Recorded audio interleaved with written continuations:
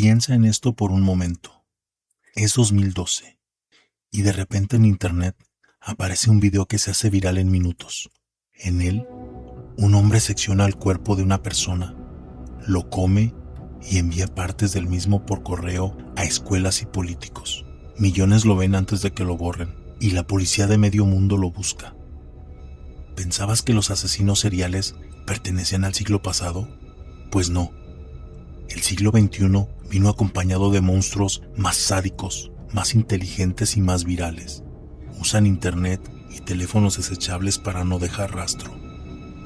Hoy, en Demente Criminal, te traemos los asesinos seriales más brutales del siglo XXI, los más buscados.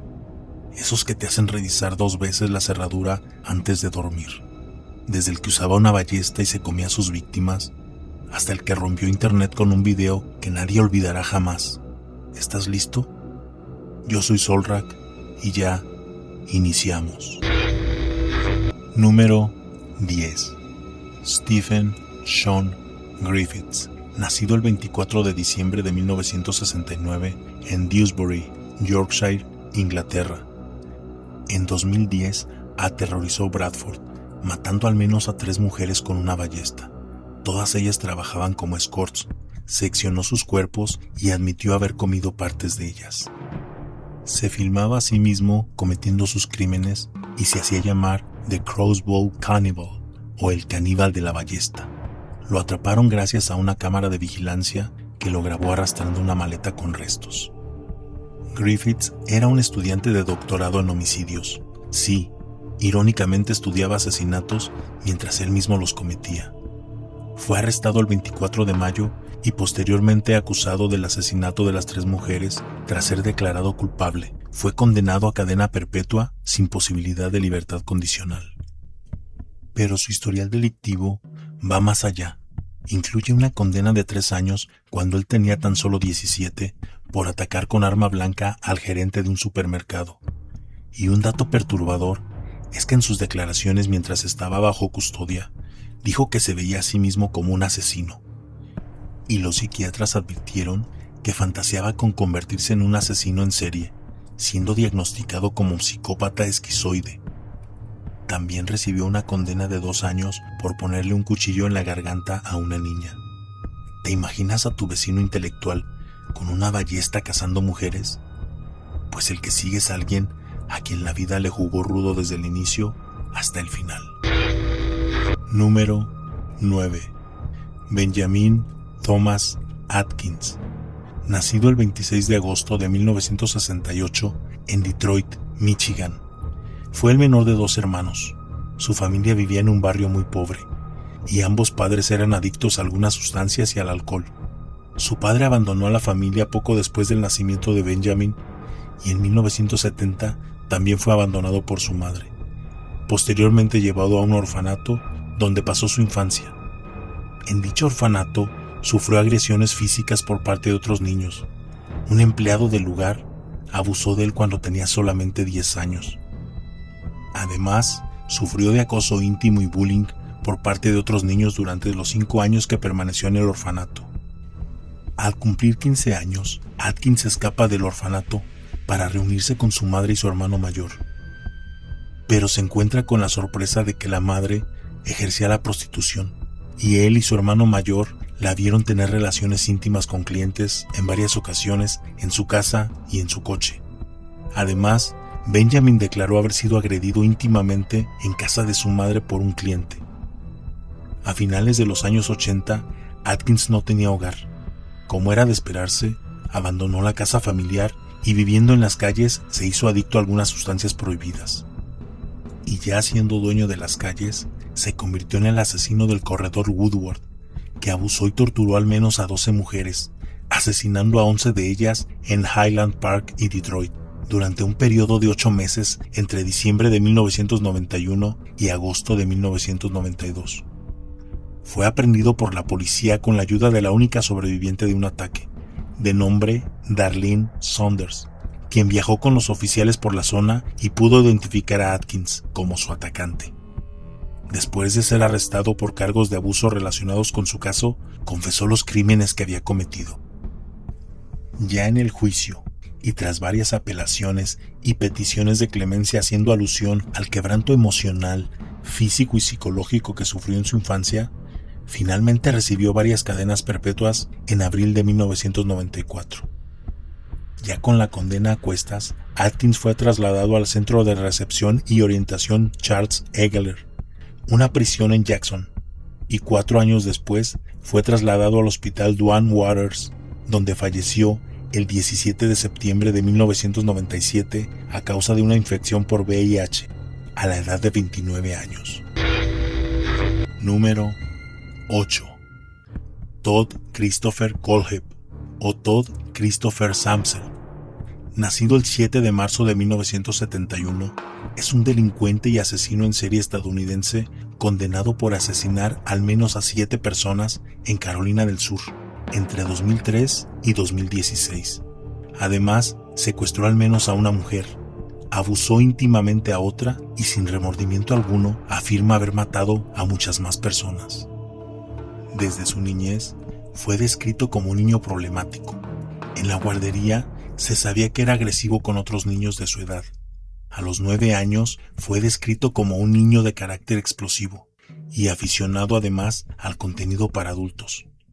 También mostró crueldad hacia los animales, disparando a un perro con una pistola de aire comprimido y matando a un pez dorado usando cloro solo por el placer de verlo morir lentamente.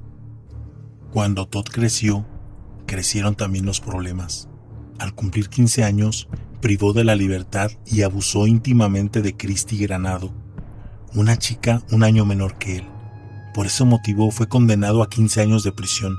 Además, fue diagnosticado con trastorno límite de la personalidad. Y así transcurrió su vida adulta, entre crímenes y problemas legales, hasta que el 31 de agosto de 2016, Kala Brown, de 30 años, y su novio Charles David Carver, de 32, desaparecieron después de que fueron a quitar la maleza de una de las propiedades de Todd. Más tarde, Carver fue encontrado muerto en dicha propiedad con múltiples disparos, aunque alguien seguía publicando desde su cuenta de Facebook. El 3 de noviembre de 2016, al entrar en la propiedad, la policía encontró a Brown encadenada en la pared dentro de un contenedor de almacenamiento de metal. La policía también encontró huesos y cuerpos por todo el lugar. Todd, también conocido como el asesino de Amazon, pues tenía la osadía de publicar reseñas macabras de las herramientas que compraba en esa plataforma y que usaba en sus crímenes, mientras usaba su propiedad como un discreto cementerio privado. Pero si este caso te pone los pelos de punta, espera que conozcas a 2 personajes macabros que se asociaron para aterrorizar el convulso sur de California a finales de los años 70. Número 7. Lawrence Sigmund Whitaker, nacido en Pittsburgh, Pensilvania, el 27 de septiembre de 1940, y Roy Lewis Norris, nacido en Greeley, Colorado, el 5 de febrero de 1948, conocidos como los asesinos de la caja de herramientas. Fueron 2 asesinos en serie y abusadores estadounidenses responsables del secuestro, abuso íntimo, tortura y el asesinato de 5 mujeres adolescentes entre 13 y 18 años en el sur de California entre junio y octubre de 1979. Ellos tenían muchas cosas en común. Como ejemplo podemos mencionar que ambos fueron hijos no deseados de familias disfuncionales. Mientras Whitaker fue dejado por su madre en un orfanato a los pocos meses de nacido, Norris creció en tiempos compartidos con su familia biológica y algunas familias de acogida temporal. Se conocieron en 1977, en la prisión llamada Colonia de Hombres, en Chino, California. Desde ahí creció en ellos una extraña amistad y empezaron a fantasear con abusar de mujeres y asesinarlas. Fantasías que hicieron realidad 2 años después, al salir de prisión. Fueron conocidos como los asesinos de la caja de herramientas debido a que la mayoría de los instrumentos utilizados para torturar y asesinar a sus víctimas eran alicates, picahielos y mazos, artículos normalmente guardados dentro de una caja de herramientas doméstica. Estos socios criminales grabaron en audio el sufrimiento de una de sus víctimas, y esa grabación sigue siendo una de las más perturbadoras y crueles de la historia, haciendo temblar y estremecer a todo aquel que la escucha. Whittaker fue descrito por el agente especial del FBI, John Edward Douglas, como el individuo más perturbador para el que haya creado un perfil criminal. Fue condenado a muerte por 5 asesinatos el 24 de marzo de 1981, pero murió por causas naturales mientras estaba encarcelado en el corredor de la muerte en la prisión estatal de San Quintín en diciembre de 2019, a la edad de 79 años. Por su parte, Norris aceptó un acuerdo mediante el cual se comprometió a testificar contra su socio y fue sentenciado a cadena perpetua el 7 de mayo de 1980, muriendo por causas naturales en el Centro Médico de California en febrero de 2020 a la edad de 72 años. Los asesinos de la caja de herramientas usaban su contenido para causar daño a sus víctimas, pero el siguiente de la lista planeaba metódicamente sus asesinatos y enterraba kits con instrumentos necesarios para llevarlos a cabo incluso años después. Número 6. Israel Keys. Nacido el 7 de enero de 1978 en Richmond, Utah. Admitió haber cometido crímenes violentos desde 1996, cuando agredió íntimamente a un adolescente en Oregón. Cometió una larga lista de abusos a mujeres y asesinatos hasta su captura en 2012. Sin embargo, no se sabe el número exacto de sus víctimas debido a la meticulosa planeación de sus crímenes. Se suicidó el 2 de diciembre de 2012 mientras estaba en custodia, aguardando su juicio por el asesinato de Samantha Koenig. Israel sirvió en el ejército de Estados Unidos de 1998 a 2001 en Fort Lewis, Fort Capote y en Egipto. Fue dispensado con el rango de especialista, y los registros militares indican que Keys recibió 5 premios y condecoraciones. Pero su lado oscuro pudo más que su destacada participación en el ejército estadounidense. La última víctima conocida de Keys fue Samantha Koenig, de 18 años, quien trabajaba como camarera en un café en Anchorage. Keys la secuestró en su trabajo el 1 de enero de 2012. Tomó su tarjeta de débito y otras pertenencias, la llevó al cobertizo de su casa donde la abusó y la asesinó un día después. Dejó su cuerpo en el cobertizo y viajó a Nueva Orleans, donde tomó un crucero con su familia. Al regresar a Alaska, tomó una foto del cuerpo congelado de Samantha junto a un periódico de la fecha del día, haciendo parecer que seguía viva y exigiendo un rescate de $30,000 a la familia. Después, seccionó el cuerpo de Samantha y lo llevó a tirar al lago Matanuska. Keys planeaba sus asesinatos con mucha anticipación y detalle para no ser detectado. A diferencia de la mayoría de los asesinos en serie, él no tenía un perfil de víctima. Normalmente mataba lejos de su casa y nunca en la misma área 2 veces. En sus viajes para asesinar, mantenía su teléfono móvil apagado y pagaba siempre con efectivo. No tenía conexión alguna con ninguna de sus víctimas. Verás a lo que me refiero. Para uno de sus asesinatos, voló a Chicago donde alquiló un auto y condujo más de 1,500 kilómetros hasta Vermont. Y para cometer el crimen, buscó el kit de asesinato que había escondido 2 años antes. Este nivel de planeación es simplemente asombroso. Keys declaró alguna vez que admiraba profundamente a Ted Bundy, con quien tenía varias semejanzas. Ambos eran metódicos y creían ser dueños de sus víctimas. En 2020, el FBI difundió fotografías de 11 dibujos de calaveras y un pentagrama que fueron encontrados bajo el colchón de la celda de Keys. Se presume que estos fueron pintados con su propio líquido hemático y que representan el número total de víctimas. Si cada personaje del conteo parece salido de una película de terror y cada uno va subiendo el nivel de la maldad, el próximo en la lista fue delatado por su propio ADN. Imagínate lo que viene con el número 1. Número 5. Lonnie David Franklin Jr. Nacido el 30 de agosto de 1952 en South Central, Los Ángeles, y es mejor conocido por el apodo de Grim Sleeper o el Durmiente Siniestro. Fue un asesino en serie responsable de al menos 10 asesinatos y un intento de asesinato en Los Ángeles, entre 1984 y 2007. Se sospecha que la primera víctima de Lonnie fue Sharon Alicia Dismuke, asesinada el 15 de enero de 1984.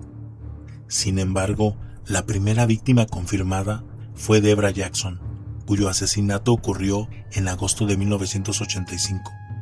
Franklin aparentemente se tomó un descanso de 14 años después de su último crimen conocido en 1988, y su siguiente asesinato confirmado ocurrió en 2002.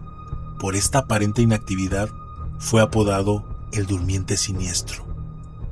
Sin embargo, también existe una línea de investigación que lo hace sospechoso de ser el llamado Destripador de Belice, pues su aparente periodo de inactividad coincide perfectamente con los asesinatos en Ciudad Belice, lugar al que se le relaciona por estar casado con Silvia Castillo, originaria de ese lugar. Además de que hay testigos que lo sitúan en la ciudad y la camioneta usada en uno de sus crímenes comprobados fue encontrada en Belice precisamente. En julio de 2010, Franklin es arrestado como sospechoso, obteniendo ADN de una pizza mordida por él, y tras numerosas demoras, su juicio comenzó hasta febrero de 2016. El 5 de mayo del mismo año, el jurado lo declaró culpable del asesinato de 9 mujeres y un adolescente. El 10 de agosto, el Tribunal Superior de Los Ángeles lo condenó a muerte por cada una de las 10 víctimas mencionadas en el veredicto. Sin embargo, el 28 de marzo del 2020, Franklin fue hallado muerto en su celda, en la prisión estatal de San Quintín. La causa de su muerte no se hizo pública y sigue siendo un misterio hasta el día de hoy. Y si el Durmiente Siniestro te dejó pensando, espera el siguiente. Un pakistaní que lleva la perversidad al siguiente nivel. Número 4. Javed Iqbal Umair, conocido como el monstruo de Lahore, fue un abusador y asesino serial pakistaní que abusó íntimamente y asesinó a 100 menores varones. Fue el sexto de 8 hijos. Su padre era un empresario reconocido en su ciudad y en su época escolar fue conocido como un estudiante promedio. En 1978 abrió un negocio dedicado a la remodelación de acero. También se sabe que vivía junto a sus demás hermanos en una villa que su padre les compró en Shah Badaj. Hasta este punto no hay nada interesante que llame la atención. Pero en diciembre de 1999, Iqbal envió una carta a la policía y al director de noticias de un periódico de Lahore, confesando el abuso y asesinato de 100 menores, todos de entre 6 y 16 años. En la misma carta, afirmó haber quitado la vida y seccionado los cuerpos de los menores, en su mayoría fugitivos y huérfanos que vivían en las calles de Lahore. Confesaba también que se deshacía de los cuerpos disolviéndolos en ácido, arrojando los restos que quedaban a un río cercano. Dentro de la casa de Iqbal, la policía encontró abundantes manchas hemáticas en las paredes y el piso, junto con la cadena con la que él mismo afirmó haber privado de la vida a los menores, así como fotografías de muchas de sus víctimas. También estaban a la intemperie 2 cubas de ácido, con restos humanos parcialmente disueltos para que la policía los encontrara, con una nota que afirmaba que los cuerpos de la casa habían sido dejados deliberadamente para que las autoridades los encontraran. Iqbal fue detenido y condenado a muerte. El juez que dictó sentencia fue contundente diciendo: «Serás estrangulado hasta la muerte delante de los padres cuyos hijos mataste. Tu cuerpo será dividido en 100 partes y puesto en ácido, de la misma manera que mataste a los menores». Pero el ministro del Interior contradijo la sentencia, afirmando que Pakistán es signatario de la Comisión de Derechos Humanos, por lo que tales castigos no están permitidos. Sin embargo, Iqbal se quitó la vida el 8 de octubre de 2001 antes de que pudiera llevarse a cabo la ejecución planeada. Ahora desde Pakistán, volamos directo hasta China, para ver el caso de un personaje que usaba cruelmente un martillo como arma. Número 3. Yan Xinhai, también conocido como Yan Xiya y Yan Liu. Fue un asesino en serie chino que confesó haber cometido 65 asesinatos entre 1999 y 2003, siendo sentenciado a muerte. En los medios de comunicación se le solía conocer como el monstruo asesino. Yang nació en 1968 en Shumadian, China. Su familia era una de las más pobres del pueblo. Yang era el pequeño de 4 hermanos y era listo pero introvertido. Dejó la escuela en 1985 a los 17 años y no volvió a casa, dedicándose a viajar por China trabajando como obrero, siendo despedido de todos sus trabajos por holgazán y por robar incluso a sus compañeros y jefes.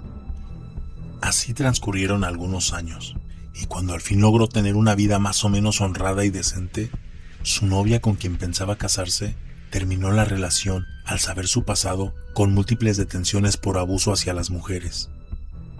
Fue así que comenzó una racha de más de 67 muertes conocidas y muchas otras de las que no hay registro. Por las noches mataba, abusaba y robaba sin parar. Era cuidadoso a la hora de no utilizar las mismas armas. Aunque siempre ejecutaba con un martillo, nunca era el mismo. Lo cambiaba intentando no ser descubierto. Los asesinatos de Yang tuvieron lugar entre 1999 y 2003 en las provincias de Anhui, Hebei, Henan y Shandong. Cuando llegaba la noche, entraba a la casa de su víctima y acababa con todos los que encontraba, incluidos mujeres y niños. Yang fue detenido el 3 de noviembre del 2003. Poco después de ser arrestado, confesó el asesinato de 65 personas y 23 abusos a mujeres. La policía también encontró su ADN en varias escenas del crimen. Cuando fue detenido, en alguna de sus declaraciones externó lo siguiente: cuando maté a la gente, tenía un deseo. Esto me inspiró a matar más. No me importa si merecen vivir o no. Eso no me incumbe. No tengo ningún deseo de ser parte de esta sociedad. La sociedad simplemente no me importa. Unos meses después de su detención, el 1 de febrero de 2004, fue declarado culpable de lo que se le acusaba y sentenciado a la pena de muerte, siendo ejecutado el 14 de febrero de 2004 con un disparo en la nuca. Ahora dejamos China y regresamos a Estados Unidos al presente, para mostrarte el caso de alguien que está en todos los noticieros en abril de 2026, un depredador de profesión arquitecto. Número 2. Rex Heuermann, un arquitecto de 59 años, residente de Long Island, padre de familia y con un prestigio ganado a lo largo de los años. Se declaró culpable en abril de 2026 del asesinato de 8 mujeres, cerrando el infame caso del asesino en serie de Gilgovich. Rex admitió haber asesinado y seccionado los cuerpos de sus víctimas entre 1993 y 2011, 6 de las cuales trabajaban como escorts, desechando sus cuerpos en la costa de Long Island y Gilgovich. Fue detenido el 14 de julio de 2023 tras 13 años de investigación y múltiples pruebas, incluyendo ADN y registros de telefonía móvil. Utilizaba su casa en Massapequa Park, donde vivía con su familia, para cometer los crímenes mientras sus hijos y esposa estaban de viaje. Según han señalado los investigadores, los registros de su teléfono móvil indicaban que había estado en contacto con todas las víctimas, y se usó un correo electrónico vinculado a él para realizar búsquedas en Internet sobre el progreso de la investigación. Los registros judiciales también indican que buscó en Internet material sádico, así como no por de menores, e imágenes de las víctimas y sus familiares. Las pruebas de ADN indicaron una coincidencia entre una muestra de ADN de Rex tomada de una pizza que había desechado y el ADN de un cabello encontrado en una de las víctimas. También se encontró una coincidencia con la esposa de Rex entre cabellos encontrados en 3 de las víctimas con muestras tomadas de botellas halladas en la basura de la residencia familiar de ellos. Al día de la producción de este video, la resolución de sentencia está programada para junio de 2026, es decir, aproximadamente 2 meses. Hoy todos lo sabemos, Rex era el lobo con piel de oveja del que nadie sospechaba. Pero nuestro número 1 te dejará helado. ya que publicó uno de los videos más estremecedores de todo Internet. Número 1. Luca Rocco Magnotta, cuyo nombre original es Eric Clinton Kirk Newman, nacido en Ontario, Canadá, el 24 de julio de 1982. También conocido como Vladimir Romanov y Vladimir Radulov. Es un asesino condenado por matar y seccionar a Lin Jun, así como por la grabación de dicho acto y su posterior publicación en Internet. Todo esto seguido del envío por correo de las partes mutiladas de su víctima a las oficinas de los partidos políticos canadienses. A partir de 2003, Magnotta trabajó ocasionalmente como stripper y prostituta. Intentó hacer carrera en el cine para adultos. Durante la primera década de los 2000 tuvo varias apariciones en películas de bajo presupuesto, pero nunca logró notoriedad. En 2004 fue detenido por una docena de acusaciones, de las cuales una era por fraude y otra por agresión íntima. En 2007, rumores inventados por él mismo insinuaban que habría tenido una relación con la asesina Karla Homolka, acusaciones que negó posteriormente, pero que salieron a la luz en el 2012, cuando la policía lo buscaba por asesinato. Luca se hizo muy conocido en redes sociales y en todo Internet por publicar contenido de maltrato animal, cuya temática consistía en asesinar gatos de escasos meses de vida. Una de estas grabaciones se tituló Un muchacho y dos gatitos, donde Magnotta empieza acariciando a dichos animales para después ponerlos dentro de un material plástico y proceder a retirarles el oxígeno con una aspiradora. Pero sus crímenes escalaron de manera exponencial y en poco tiempo. El 24 de mayo de 2012, Luca y un estudiante de origen chino llamado Lin Jun salieron juntos hacia el apartamento de un amigo mutuo, y esa fue la última vez que alguien vio con vida a Lin. Un día después, el 25 de mayo, un video de casi 11 minutos, mostrando de manera explícita y grotesca el homicidio, fue subido al sitio bestgore.com, sitio que actualmente ya está proscrito. El video inicia mostrando a la víctima sin ropa en un aparente estado de sedación, atada y amordazada en una cama.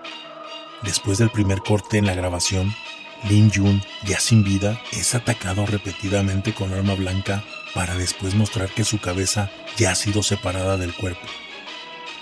Después que el video se hizo viral, Magnotta huyó del país, provocando que la Interpol emitiera una ficha roja de búsqueda en su contra.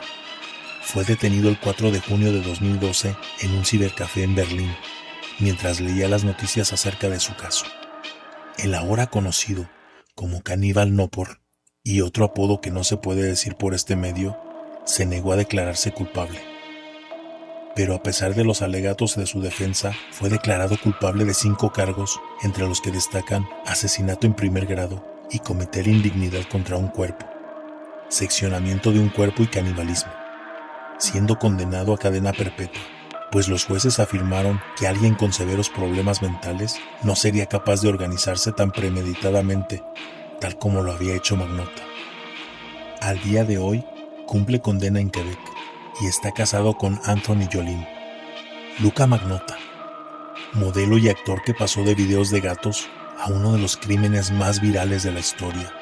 La era de Internet creó un nuevo tipo de monstruo. Este caso cambió cómo veremos el true crime en lo futuro. Estos son los 10 nuevos monstruos del siglo XXI. Algunos usaron herramientas de garage, otros ballestas o Internet para matar.